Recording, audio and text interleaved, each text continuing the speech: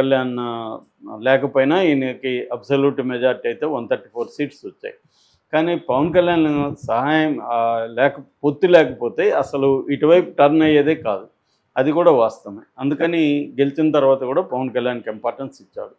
అయితే ఇప్పుడు పవన్ కళ్యాణ్తో పాటు ముందు నుంచి కూడా వెన్నంటి ఉండడం, జనసేనలో కూడా చాలా కీలక పాత్ర వహించడం, ముఖ్యంగా జనసేన పార్టీ స్ట్రక్చర్ని నిర్మించడానికి, కేడర్తో మాట్లాడడానికి, పవన్ కళ్యాణ్కి కేడర్కు ఉన్న గ్యాప్ని తొలగించడానికి నాగబాబు చాలా విశేష కృషి చేశాడని చెప్పచ్చు. అంటే కేవలం ఆయన అన్నగానే కాకుండా ఒక పార్టీ నాయకుడిగా కూడా ఆయన రోలు జనసేనలో చాలా గట్టిగానే ఉంది. సో అందుకని ఆయనకి పదవులు ఇవ్వడం అనేది అసహజం కాదు, అడగడం కూడా ఏమీ ఘోరమో నేరమో కాదు. కానీ చంద్రబాబు ఇప్పటి వరకు ఏమీ ఇవ్వట్లేదు. మామూలుగా ఫస్ట్లో మనకి రాజ్యసభ సభ్యుడు కోరుకుంటున్నారనేది వచ్చింది. ఎందుకంటే పవన్ కళ్యాణ్కి కూడా లాంగ్ టర్మ్ ప్రయోజనాలు, షార్ట్ టర్మ్, ప్రతి పొలిటికల్ పార్టీకి లాంగ్ టర్మ్, షార్ట్ టర్మ్ ప్రయోజనాలు ఉంటాయి.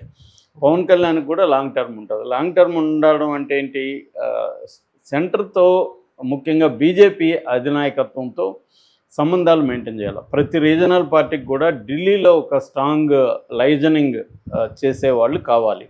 అంటే కేంద్రంతో లైజనింగ్ చేసేవాళ్ళు, నమ్మకమైన లాయల్టీ ఫస్ట్ ప్రయారిటీ, దాని తర్వాత టాలెంట్, ఇవి ఉండాలి. ఇది ప్రతి ఒక్కరు పెట్టుకుంటారు. చంద్రబాబు అయినా, జగన్ అయినా, కేసీఆర్ అయినా, రేవంత్ రెడ్డి అయినా తన మనుషులను అక్కడ కొంతమందిని పెట్టుకోవడం అనేది కంపల్సరీ. అలాగా పవన్ కళ్యాణ్కి కూడా నాగబాబు కంటే టాలెంట్ విషయంలో కానీ, లేకపోతే లాయల్టీ విషయంలో కానీ నాగబాబు కంటే ఇంకెవరు కూడా జనసేనలో లేరు.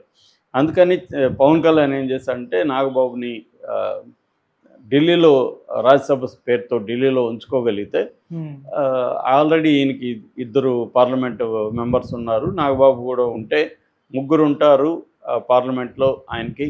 సో నాగబాబు అక్కడ ఢిల్లీలో బీజేపీ అధినాయకత్వంతో సంబంధాలు మెయింటైన్ చేయొచ్చు అనేది పవన్ కళ్యాణ్కి ఉన్న కోరిక.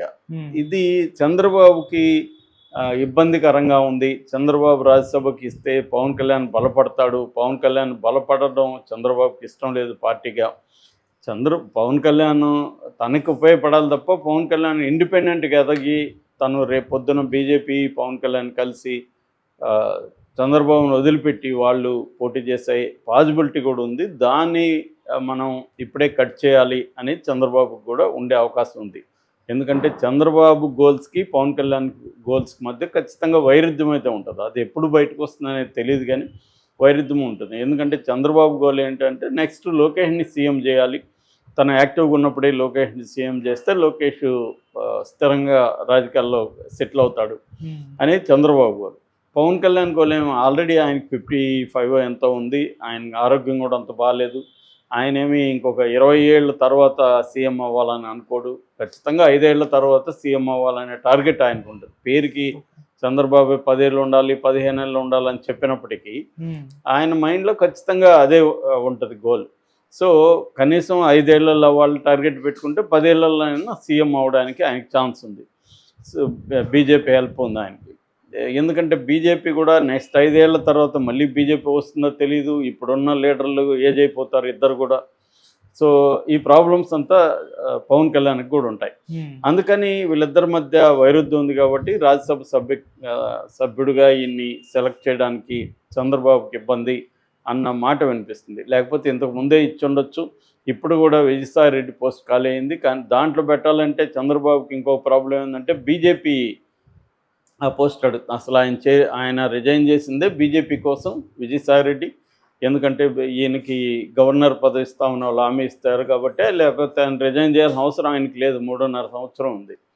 సో బీజేపీ రెండోది, ఆయన మీద ఉన్న కేసుల్ని తొలగించుకోవాలన్నా ఆయన బీజేపీలకి వెళ్ళాల్సిన అవసరం ఆయనకు ఉంది. సో అందుకని బీజేపీతో ఆయన పార్టీలో ఉంటాడా, పార్టీ బయట ఉండి బీజేపీకి అనుకూలంగా ఉంటాడా అనేది పక్కన పెడితే, ఏదేమైనా బీజేపీ వైపు వెళ్ళాలి. సో వెళ్ళినప్పుడు బీజేపీ వాళ్ళు ఎందుకు నాగబాబుకి ఇవ్వాలనుకుంటారు అనేది ఒక సమస్య. సో ఈ ప్రాబ్లమ్స్ ఉన్నాయి. అందుకనే తెలుగుదేశం మీడియా నిన్న గందరగోళపరచడానికి ట్రై చేసిందని చెప్పచ్చు. ఆంధ్రజ్యోతి ఏమో రాజ్యసభకు పంపిస్తారు, అందుకే ఎమ్మెల్సీ ఇవ్వట్లేదు ఈయనకి అని ఆంధ్రజ్యోతి రాసింది. ఈనాడేమో కార్పొరేషన్ పదవి ఇస్తారు, ఇటు రాజ్యసభ లేదు, ఇటు ఎమ్మెల్సీ లేదని ఈనాడు చెప్పింది. టీవీ5 ఏమో ఎమ్మెల్సీ నుంచి ఆయనే వైదొలిగాడు అని టీవీ5 చెప్తుంది. సో ఇది కన్ఫ్యూజన్ ఉంది. మామూలుగా అయితే 2 రకాల ఇది ఎంతవరకు వచ్చింది, ఇప్పుడు మూడోది యాడ్ అయింది. 2 ఏంటంటే, ఒకటి రాజ్యసభ, లేదు ఎమ్మెల్సీగా చేసి మంత్రి పదవి ఎవరికన్నా ఒక శాఖను తీసేసుకొని అందులో ఈయనకి ఇవ్వడం, అది ఒక ప్రపోజల్. మూడవది ఇప్పుడు ఈనాడు చెప్తుండేది ఈ 2 కాదు, కార్పొరేషన్ పదవి ఇస్తారు అని. మరి కార్పొరేషన్ పదవి సాటిస్ఫై అవుతారా? యాక్చువల్గా ఆయన టీటీడీ చైర్మన్ పోస్ట్ కోరుకున్నాడు అనేది కూడా మనకు బిగినింగ్లో చెప్పారు.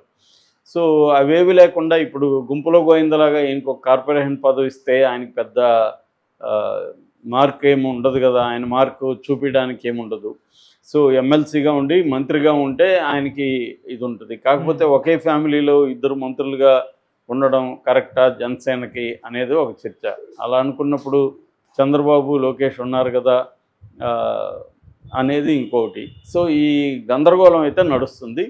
సో దీంట్లో ఏం జరుగుతుందనేది చూడాలి. తెలుగుదేశం కేడర్ కూడా పవన్ కళ్యాణ్ మన రాజ్యసభ నాగబాబుకి రాజ్యసభ కానీ మంత్రి కానీ ఇవ్వడం పట్ల కొంత వ్యతిరేకత ఉన్నట్టే కనబడుతుంది. ఎందుకంటే ఆల్రెడీ పవన్ కళ్యాణ్ ఈ ప్రభుత్వాన్ని ఇరుకుని పెట్టే విధంగా మాట్లాడుతున్నాడు. ఆల్రెడీ నాగబాబు ఎలా మాట్లాడతాడో మనకు తెలుసు, ఆయన ట్వీట్లు కానీ అది కానీ.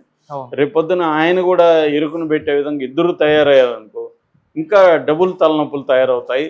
దాని బదులు ఒకవేళ వరస్ట్ అంటే రాజ్యసభ ఇచ్చినా పర్వాలేదు, కానీ మంత్రిగా